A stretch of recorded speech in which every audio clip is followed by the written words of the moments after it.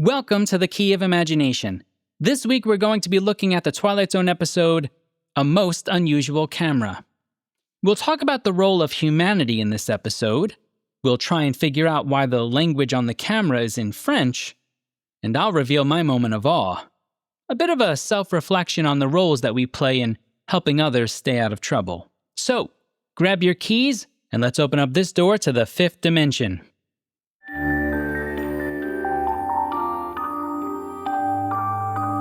You unlock this door with the key of imagination. Chester and Paula Dietrich are a couple of swindlers who just got swindled. It turns out the fancy curio shop that they burglarized had nothing but knockoff junk in it. How do you like the nerve of some people? As if fake Ming vases and poorly copied Picassos weren't enough, they're also the proud owners of a camera that doesn't even seem to have any place to add more film.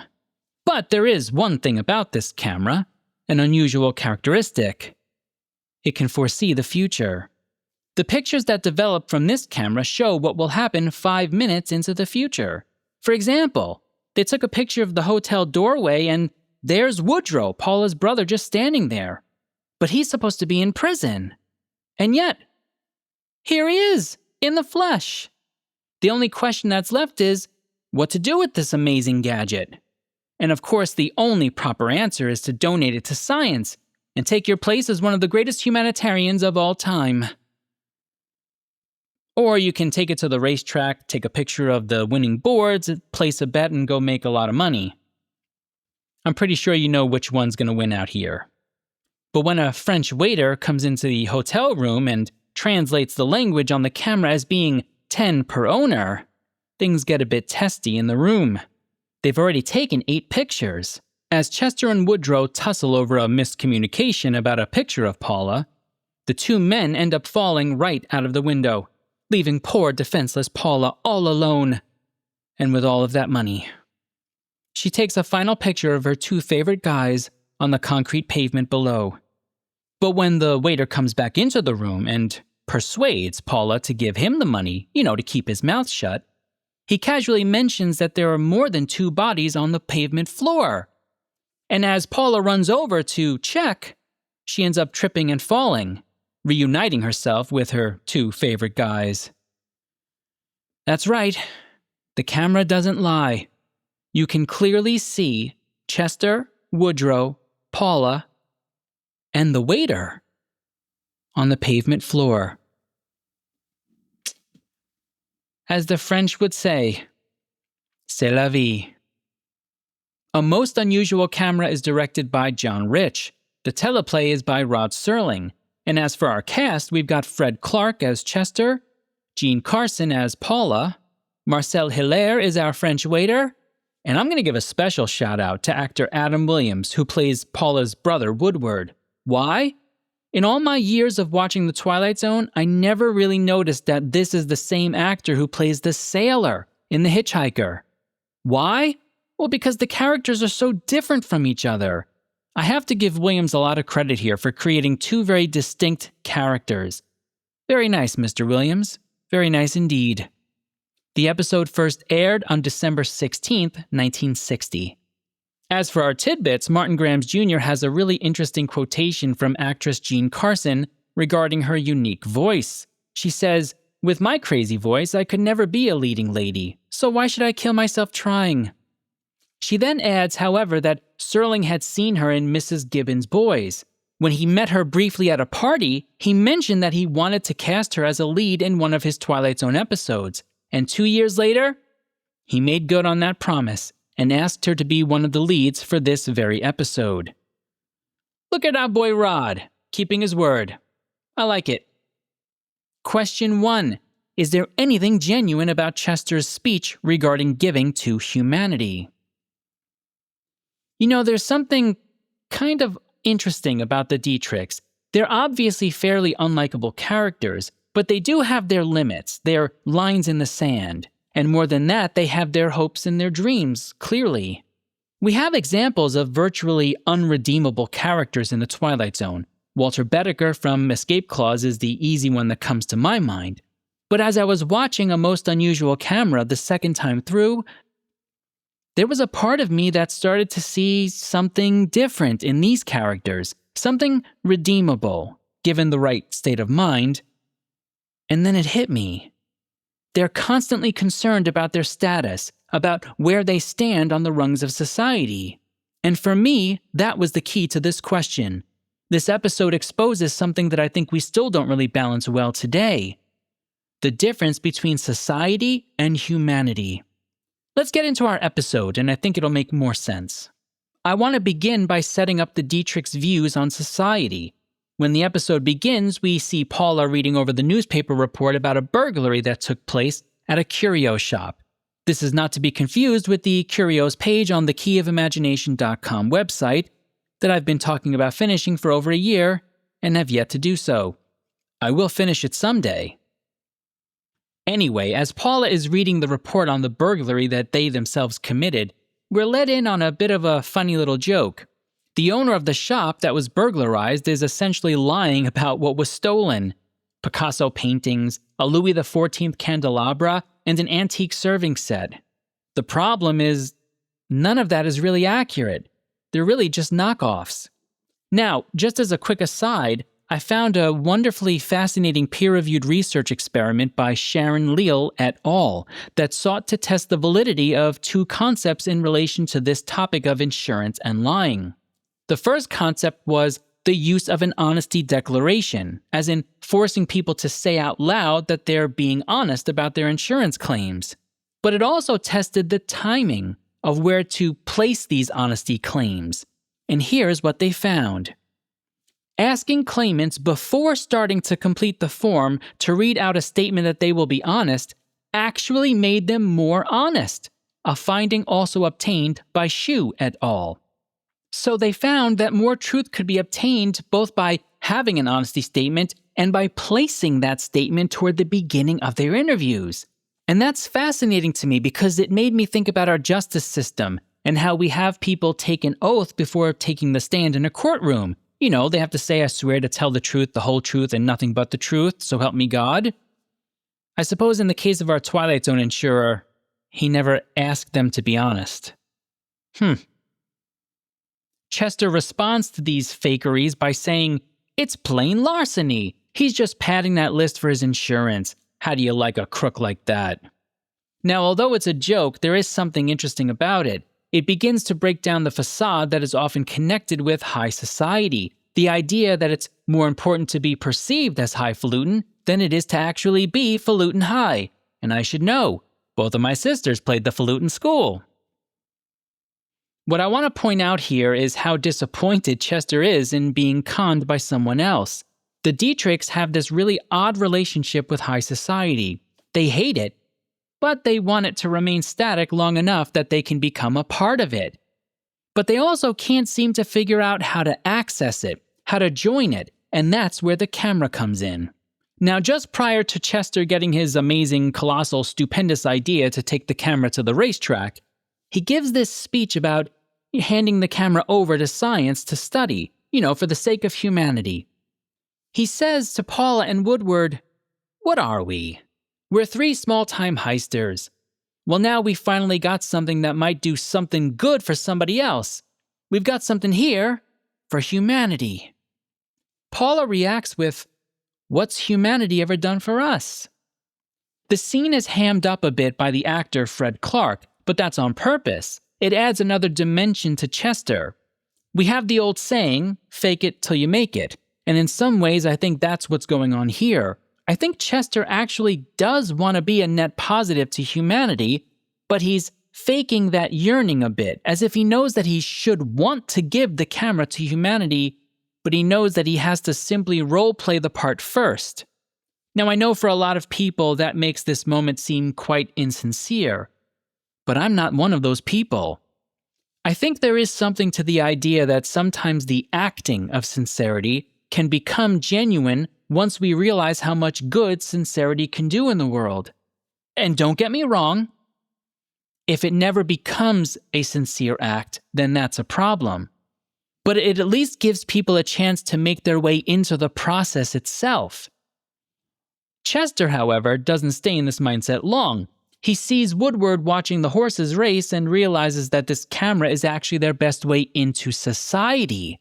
So again, we see this tugging and pulling between society and humanity, as if they always have to be different. I want to actually start drawing this question to a close by mentioning something I don't particularly like about this episode. That being, how quickly Chester turns on Woodward toward the end. He's awfully quick to pull out that knife and start wrestling with him. In a lot of ways, the humanity scene that we just referenced is the reason why I don't like this particular fighting scene. If you give Chester something, more concrete to hate about Woodward or to feel more threatened by Woodward, something that makes a bit more sense for him to fly off the handle so easily, then it can remove some of the memories of how, for a brief moment of time, Chester and Paula, and Woodward, yes, and Woodward, wanted to give something back to humanity. In this respect, it's actually quite a sad story. The Dietrichs never quite see that you can meld society and humanity together. Instead, it's as if, for them, the two must always remain separate, which is why it becomes a choice for them, instead of simply a way of living. Question 2. Why is the writing on the camera in French? I want to begin by taking a look at the French waiter at the Dietrichs Hotel, because he serves a couple of really important purposes here. Now, the primary one, of course, is that he's the one that's able to translate the French on the camera, which he does so as being 10 à la propriétaire. That's right, you heard it. I took half a semester of French in junior high. 10 à la propriétaire means 10 to an owner. At first, the waiter seems to represent a kind of line of demarcation for us. He seems refined and elegant compared to the Dietrichs' rather uncouth American ways. But of course, the waiter turns out to be no better than the unrefined Americans in the end. He's also simply a crook. He just happens to have a lovely accent. Now, as far as the language and why French, I'll be honest, I never really gave it much thought until my second time watching the episode. But when I did start to think about it, I realized that there's this whole cultural history here that connects nicely with the theme of this episode. So, let's take a bit of an interesting historical detour into the history of France, prophecy, and cameras. And by the end, I hope you learned something new just like I did. Okay, so the first theme that we have here is this concept of being able to see the future. And of course, we're going to begin with the granddaddy of all seers. No, not the mystic seer from Nick of Time. I mean none other than the mysterious Nostradamus. Nostradamus started to get his reputation as a man who could see into the future because of his 1555 publication of 353 quatrains, or 4 lines of rhyming poetry. These quatrains were grouped by the hundreds, and each 100 was referred to as a century, which is why he called the body of work centuries. Something I didn't know about Nostradamus was that prior to becoming this man of prophecy, he was actually a healer practicing medicine. Now, Nostradamus benefited from something that not many prophets do, that being achieving a bit of notoriety in his own time, which led him to receive an invitation to the court of Catherine de' Medici of France. Today, people still read his prophecies and find interesting little connections between his words and the rise of figures like Napoleon and the beginning of the French Revolution. In one of his more famous predictions, he actually writes, "Courts of long and rackets bent, legs that find no rest be sent to shorter fields where we may find balls of pickles, but not in brine." He totally saw the rise of pickleball. Okay, that one might have been my creation. However, people still do enjoy reading and interpreting Nostradamus' predictions. But he's only one part of the story. There's actually quite an interesting history regarding France and female mysticism and prophecy. Now, I'll only mention one here for us for the sake of time, Catherine of Theot. She gained notoriety in the late 18th century because of a combination of her declaring herself to be the new Mother of God, and because of the political cachet she was building through her followers during the French Revolution, and her support of Robespierre. However, her favor only garnered Robespierre contempt, and according to many, this connection was apparently not reciprocated by him, and was actually one of the factors that led to Robespierre's downfall and eventual execution. I read a fascinating peer-reviewed article by Ramon Salans on Theot that I will link in the episode transcript notes, but I want to just highlight one line from the article because I find it to be incredibly pithy and I think will help us connect back to our episode. The author writes, Theot's success reveals the need for comfort felt by a population that had seen its sacred reference points disappear. I like this line because it speaks to something that I used to lecture on in class, this idea that the destruction of cultural reference points within a body of people often leads to not feelings of freedom, but feelings of isolation and loss of purpose. Thus, a prophet who can offer anchor points within history can provide a sense of purposeful movement toward a perceived meaningful goal that will attract many. And this is where we connect back with our episode. Think about it for a second. Normally, when it comes to these kinds of pop cultural storylines, we have a bit of leeway to question whether or not the device, in this case the camera, is actually seeing the future, or if the people are manifesting that future through their actions and choices. In other words, Paula hears that there may be more than two bodies on the pavement at the end, and she runs over to the window to confirm it. Now, did her hearing about this move her toward the window, or was she always going to go there anyway? Now, in this instance, it seems as if the camera is seeing the future because of the racetrack scene. Taking a picture of the winners on the board doesn't seem likely to manifest the horses racing more quickly, but there is still something at play here that is fair for us to discuss.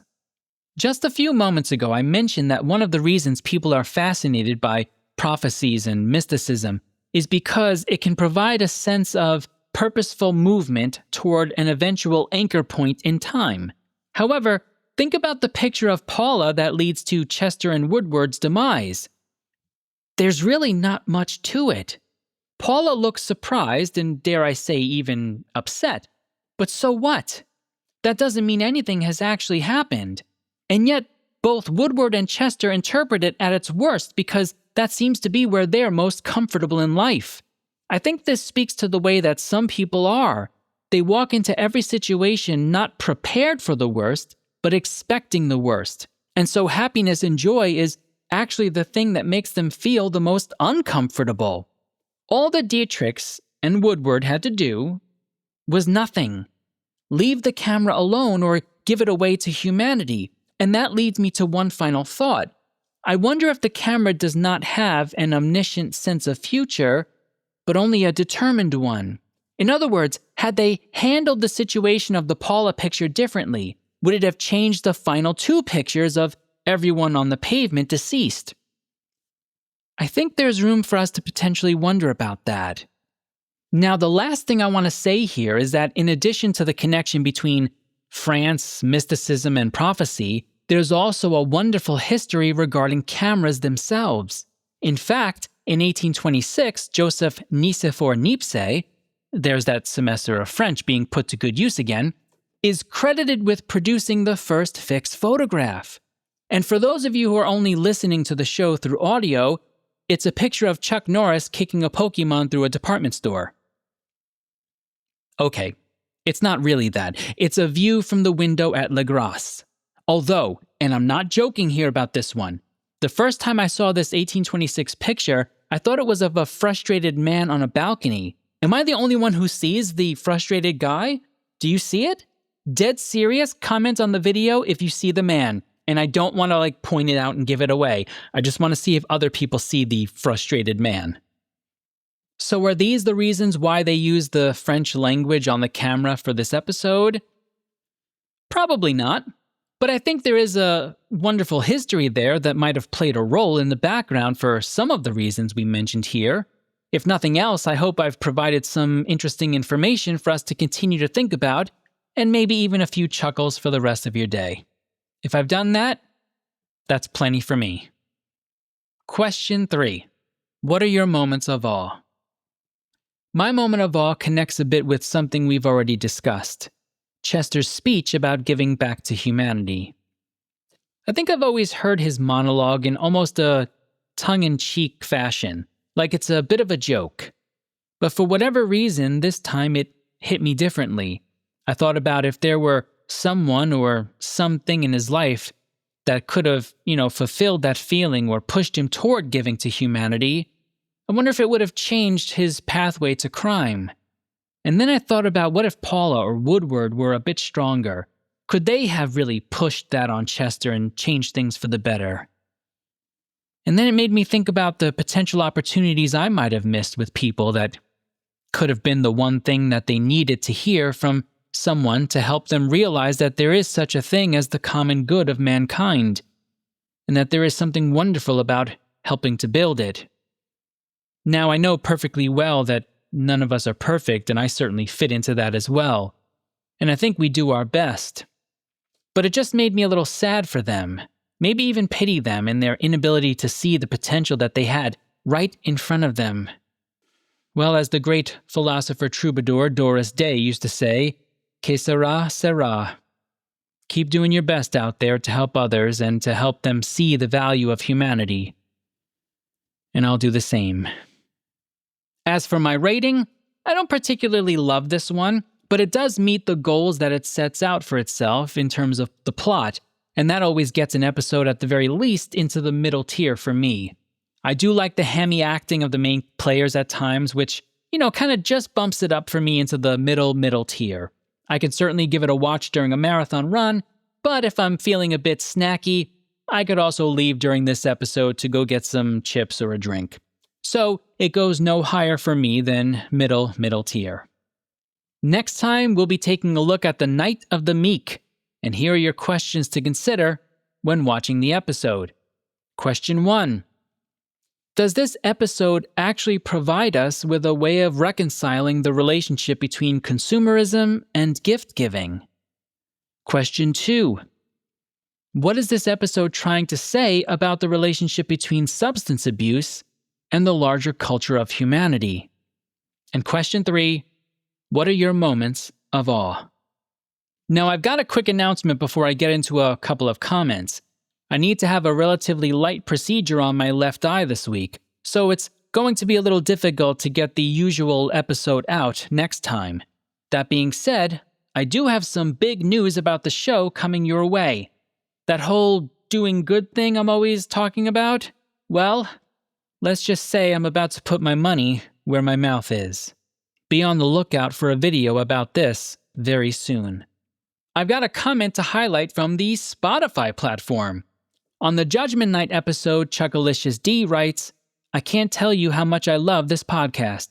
I love how in-depth you go and how you bring the audience into the show. This is truly fantastic, and I'm so glad this podcast exists. Chuckalicious D, thank you so much. That's incredibly kind of you. And yes, I do like to have some fun bringing all of you along with me. I tend to really think of this as a quest that we're all on together.